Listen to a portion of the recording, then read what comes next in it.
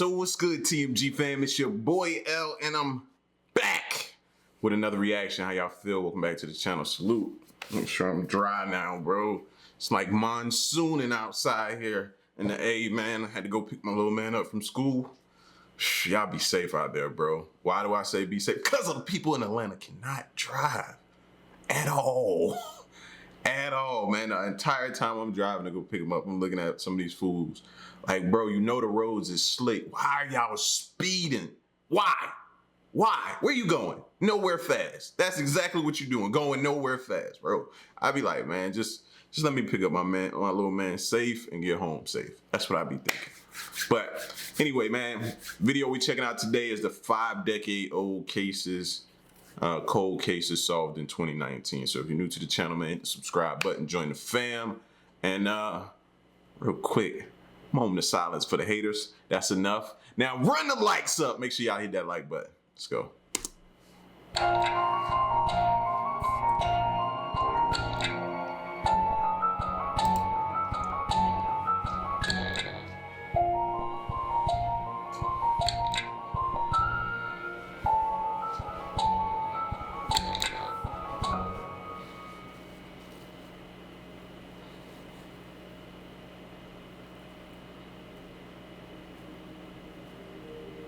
Cathy Glass.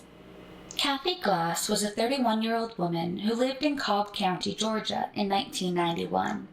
She worked at the Country Pines apartment. Cobb County, Georgia. Not far from me at all.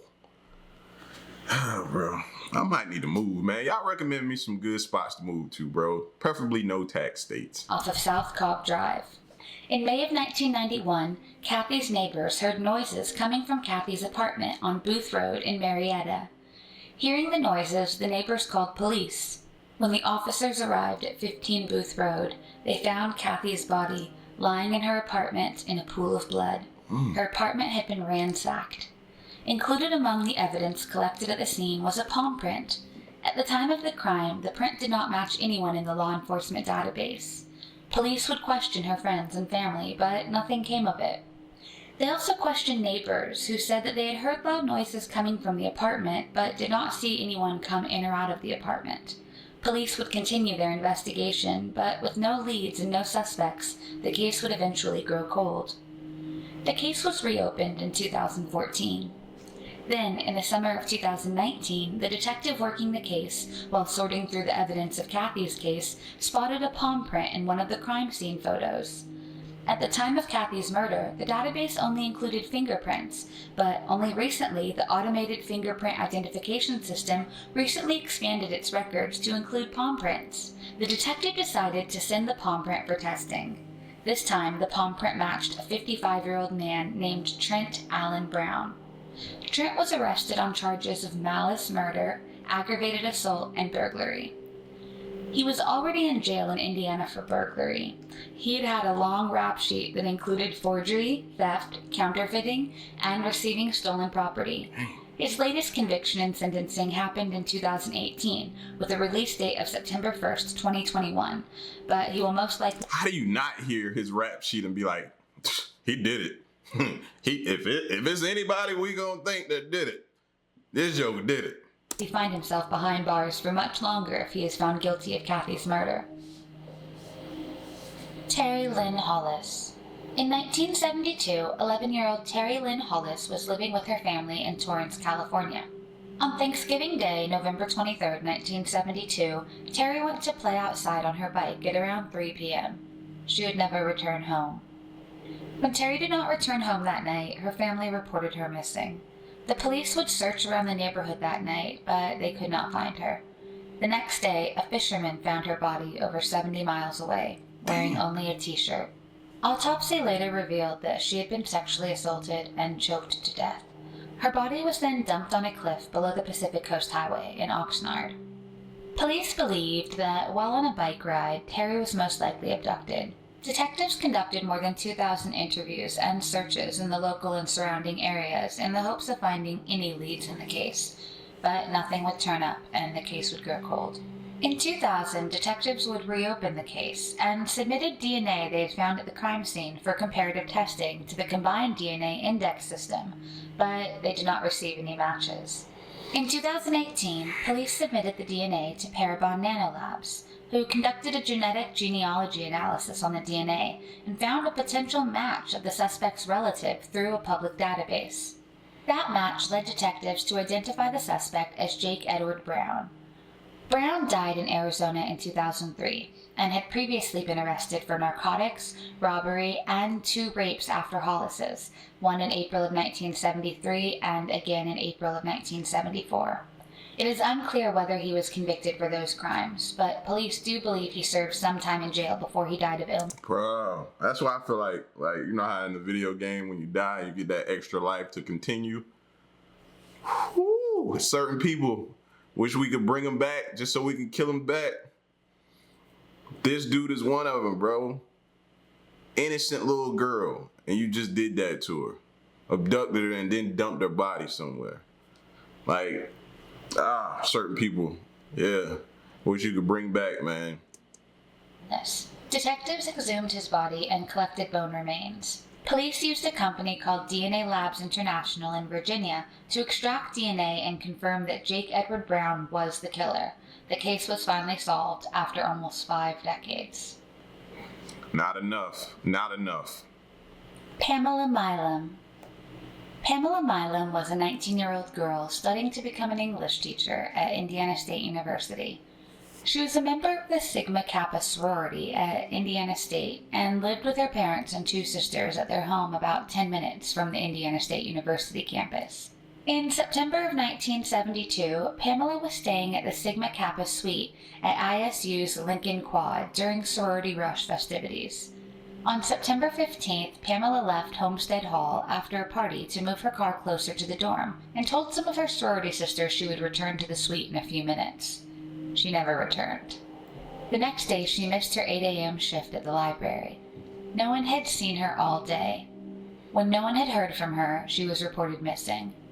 Pamela's parents would spend the whole day searching for her at the campus, to no avail. Around 7... And y'all know, think about it, bro. If you went to college and was on campus somewhere, it's a lot of like dark spots on campus. I think when I was leaving, they had just started putting up those like poles and where you can like contact campus, hit a button and alert campus security or the police or something like that.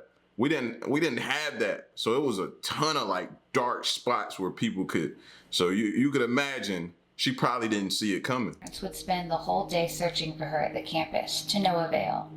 Around 7 p.m., 2 of her sorority sisters spotted her 1964 Pontiac parked about a block away from where it had been parked the day before.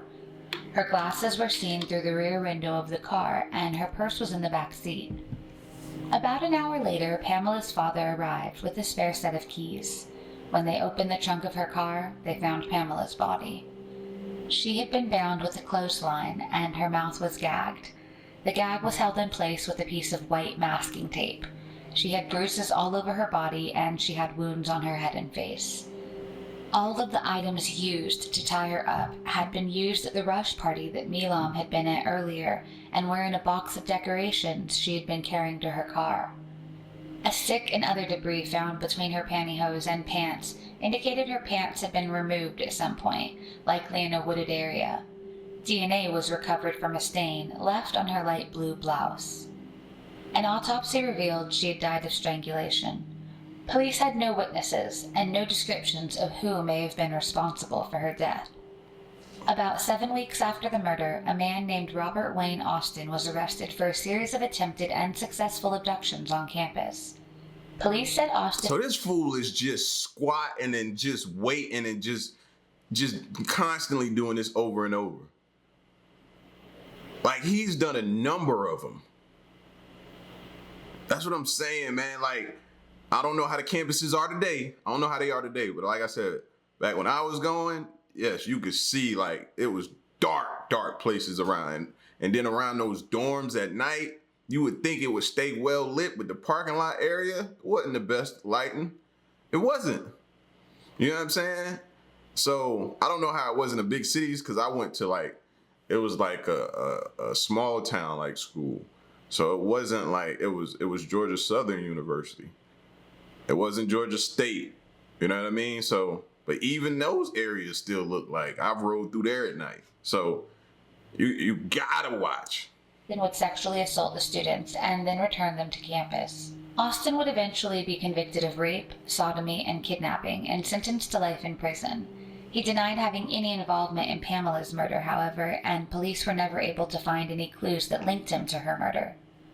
With no leads and no suspects, the case would go cold. In 2001, the Indiana State Police Lab analyzed the stain found on Pamela's blouse.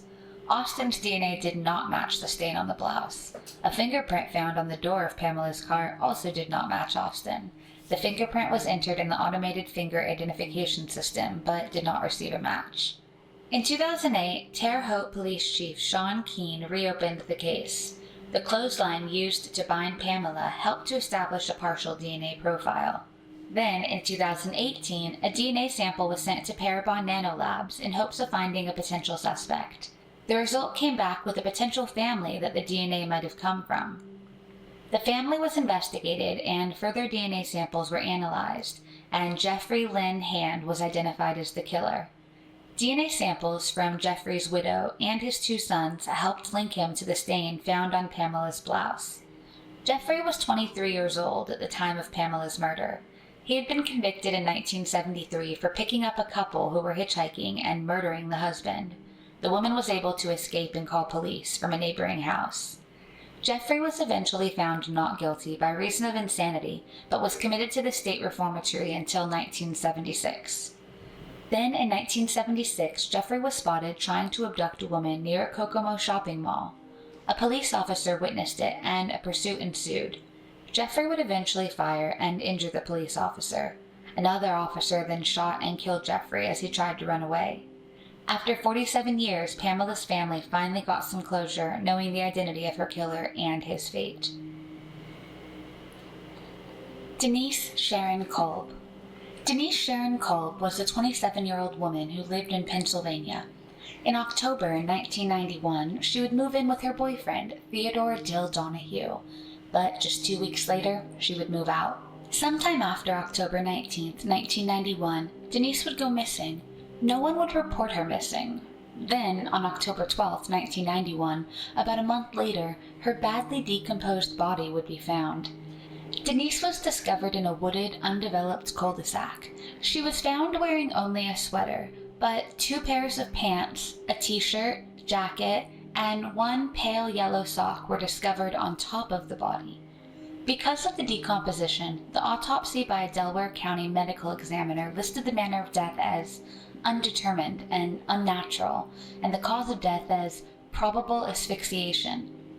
Her boyfriend... I automatically think of, you know what I mean, a male. Somebody who's gonna, you know what I mean, try to do that. So I would rule out a woman, and then we're gonna look at him first. I'm thinking of male just because asphyxiation from behind, that type of strength, you know what I mean? Not saying women aren't strong, so let's not say that, but I'm thinking him. And Theodore was questioned, and he said he had last seen Denise on October 18, 1991, when the pair had bought and used crack cocaine together. He said that shortly after, a man had robbed them at knife point. He told authorities that Denise ran to get help, and he never saw her again. What? Denise's family members told police that they had last seen Denise on October 19th at a funeral. Denise's sister said that Denise had gotten into a fight with Theodore outside of the bar where she worked on October 19th. This was the last time she was seen alive. On the day Denise's body was discovered, Theodore returned all the clothes she had left behind at his apartment to her family before the family was notified of her death. During his interview with the police, Theodore admitted that his That don't sound strange. nickname was Ted Bundy. He was considered a strong suspect in the case, and police searched his apartment days later. During their search, they discovered a yellow sock that appeared to match the one found at the crime scene. At the time, Theodore insisted he had no knowledge or involvement in Denise's death. Eventually, the case would grow cold. The case would be reopened in 2015, and Theodore was re-interviewed. He admitted to police that he had lied in his original story, and he did see Denise outside the bar on October 19th. Phone records indicated that Theodore and Denise had spoken before they met on that day at the bar. Over the next few years, the police interviewed Theodore's family and friends. They would discover that Theodore had stayed at a motel that was just over a mile from the crime scene several times a year, and that he shared details about the crime scene that no one but the perpetrator and the police would know. During his interview in 1991, Theodore had asked police if Denise had been strangled, and he would call them twice more in 1991 to inquire about how she died. Authorities would never tell Theodore how she died, and no media accounts reported the cause of her death. In an interview, Lisa Campbell, who... Coincidence? I don't think so. Ted Bundy Jr. here, I think, is the person that did it. Worked with Theodore at a restaurant in the 1990s, said that he had told her he had once had a roommate who died on the couch and that he was questioned by police about the death. Quote, "I found it odd. He acted like he got away with something," end quote. Another acquaintance, Amber Booth, who had been a roommate of Donahue's in 2012 when they worked at Golden Crust Pizza, reported that Donahue told her one day he had just returned from visiting a spot in the woods where a former girlfriend's body had been found. He said that the woman's name was Denise and that she was found face down, naked, with her legs spread, something that was never released to the public. Investigators then took another look at the sock that was found with Denise's body. The sock that was found at the crime scene was lost, so police, with the help from Temple University's photography department, enhanced the details of the sock in the image. The image of the sock was found to be a perfect match with the sock found in Theodore's apartment. Theodore was finally arrested on the 3rd of September 2019 and charged with murder, abuse of a corpse. He should go ahead and confess at this point.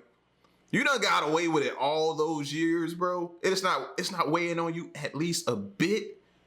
Come clean, fam. Tampering with evidence, obstruction of justice, and false reports to the police. The Racine County Jane Doe. On July 21st, 1999, a man and his teenage daughter were walking their dog in Raymond, Wisconsin. It had rained the previous night, and while walking, they noticed drag marks on the ground. Curious, they followed it to a cornfield where they stumbled upon the body of a deceased female. She appeared to have a broken arm, as it was sticking out at an odd angle. They alerted the local authorities, who rushed to the scene. An autopsy revealed that the woman had died from severe injuries. She had been starved, abused, and tortured for a long time before her death. She had received blunt force trauma to her head, had a broken nose, cuts on her head and on the bridge of her nose and forehead. She also suffered blunt force trauma to her chest, abdomen, wrists, hands, and fingers, and had numerous cuts all over her body. She had also been sexually assaulted. She had burns on more than 25% of her body, on her head, face, neck, arms, and upper torso. Her death was ruled to be the result of multiple homicidal injuries. She was estimated to be between the ages of 18 and 35 years old and was most likely cognitively disabled. As it had rained the previous night, very little evidence of the perpetrator was found at the crime scene. When she was discovered, she was wearing a men's gray country shirt with embroidered red flowers on the front and snap buttons. She was also wearing black sweatpants and did not have shoes or socks on her. Over 50 people attended her funeral on October 27, 1999, after her autopsy.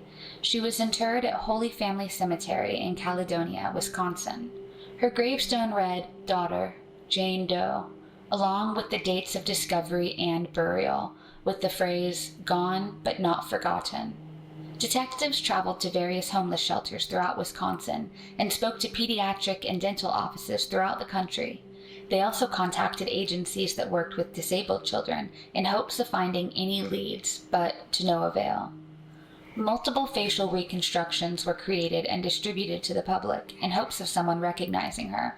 For 20 years, the Jane Doe, who came to be known as Racine County Jane Doe, or Crystal Ray, would remain unidentified. On October 16, 2013, her body was exhumed and her remains were sent to the Milwaukee County Medical Examiner for chemical isotope testing.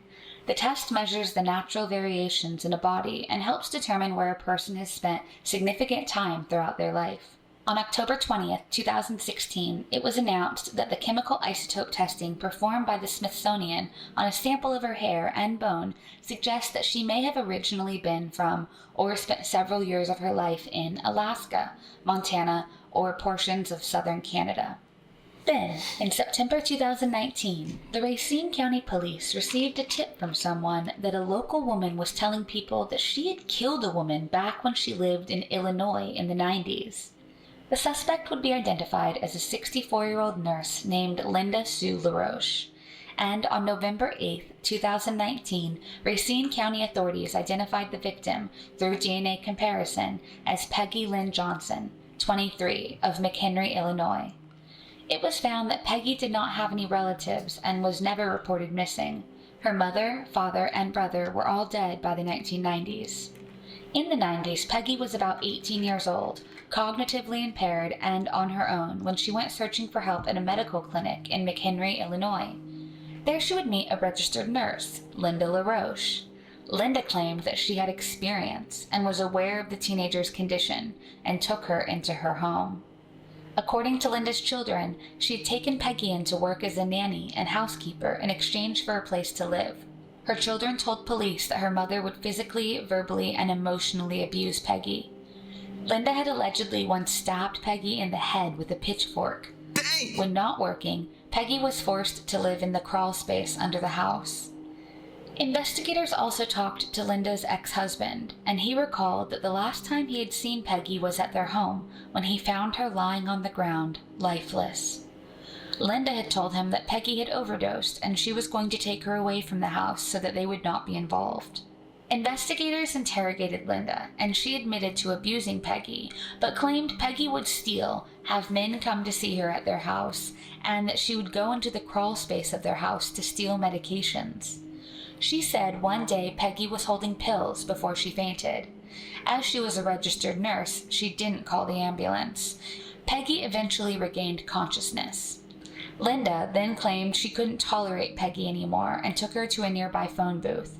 She called Peggy's grandmother and then turned her over to her grandmother. But when the police confronted her that they had talked to Peggy's grandmother and that she had no idea who Linda was, she changed her story. She now claimed that she was not sure who the person was that Peggy left with. She would again change her story and said that she had abandoned Peggy, while alive, along the roadway in Wisconsin. Linda theorized that something must have happened to her after she had dropped her off. Police did not buy her story, and she was arrested in Florida and charged with first-degree intentional homicide and hiding a corpse. She has waived extradition and is in the process of being moved to Racine, Wisconsin to face trial. Arrangements are being made for Peggy to be laid to rest under her true identity and for her to be buried alongside her mother. Jeez, man, you hear, bro, each day, I stand up, each day I hear something, I'm like, yo, there's no way we could top yesterday. And we do. And the next day I'll be like, yo, it's no way we could top that. And we do. And I'm like, fam, then you sit back and you zoom out and you look at the world and you're like, how? Like every day is a survival, man. Every day that you make it is another day you survived. Like it's to that point now. Scary. And like I said, I keep hearing stuff that's close to me. Cobb County. It put things in perspective, man. Y'all stop being loose with people you know, meeting new people, man. Drake said it best, no new friends. No new friends. No. No. Y'all, you don't need no more. What is it? Me, myself, and I, and the immediate that I got is good enough. Y'all get at me in the comment section. Let me know what y'all thought of this. You just shake your head, man. You just shake your head. It's the next reaction of my piece. Y'all stay solid. I'm gone.